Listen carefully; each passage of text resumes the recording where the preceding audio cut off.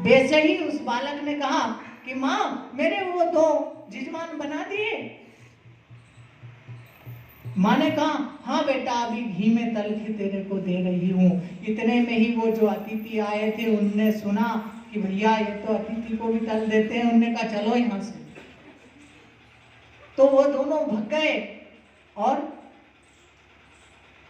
तो ऐसा रहता है, ऐसा नहीं होना चाहिए। अतिथि का अभ्यागत का सत्कार होना चाहिए। वैसे भी तुलसी बाबा ने रामायण में कहा है, बड़ा सुंदर प्रसंग है, बड़ा सुंदर सा। अभ्यागत का अतिथि का सत्कार होना ही चाहिए। आवत ही हरे से नहीं, नैनन नहीं इसमें, तुलसी तहाँ न जाइए, कंचन बरसे नहीं। वहां नहीं जाना चाहिए जहां पर अभ्यागत का अतिथि का सत्कार नहीं। आगे चल के कथा प्रसंग में आता है। सुखदेव ऋषि कहते हैं, हे राजन,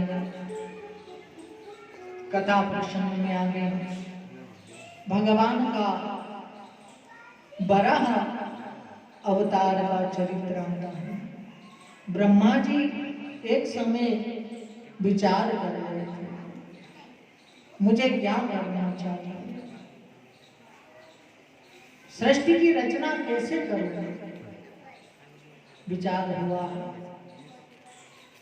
इतने में ही भगवान नारायण का ब्रह्मा जी के और मां नासिका से एक छोटा सा और स्वरूप ऐसे निकला जो शुक्र का स्वरूप था। वो शुक्र का स्वरूप निकला और निकलते ही और बहुत बढ़ गया, बड़ा सा हो गया और बड़े बड़े दांत हैं और बड़ी सी नासिका है और भुर भुर शब्द से श्वास ले रहे हैं। ब्रह्मा जी ने देखा, प्रभु आप कौन हैं? देवता लोग फूलों की वृष्टि करने लगे और बड़े आनंद के साथ में गंधर्व नाचने लगे, किन्नर बजाने लगे, बड़ा आनंद हो गया। देवता फूलों की वृष्टि करते हैं, बोलिए बारह भगवान की जय हो। अब देखो प्रभु का मन में स्मरण करो ना, जैसे प्रभु हनुमंत लाल जी राम का स्मरण मन में करते हैं, वैसे ही अपन भी करना चाहिए।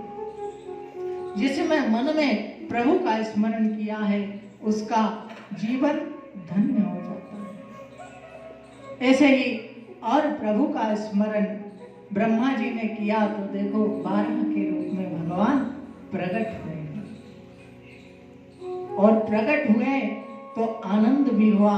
12 भगवान ने कहा भाई क्या विषय है, क्या बात है, मुझे याद किया।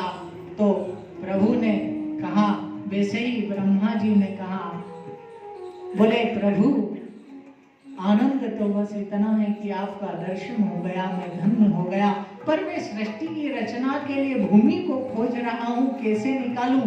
जल में डूबी हुई भूमि को बाहर लाना कोई सहज बात नहीं है। तो प्रभु 12 जी को मन में आया, ठीक है तो प्रभु मैं लेकर के आता हूँ। और पहले समय में और 2 दैत्य हुए हैं, एक का नाम था हिरण्याक्ष और एक का नाम था हिरण्यकश्यप। दोनों भाई भाई थे। अब इन्होंने और भूमि वहां जल में डूबी हुई, तो भूमि कैसे थी? जब प्रलय काल होता है ना, तो भूमि या तो ऋषियों के रूम कूप में चले जाती है या फिर वह भगवान के लोक में चले जाती है या फिर वह जल के अंदर बिल्कुल पाताल में चले जाती है। इतने गहरे जल में भूमि जब प्रलय काल होता है रहती है।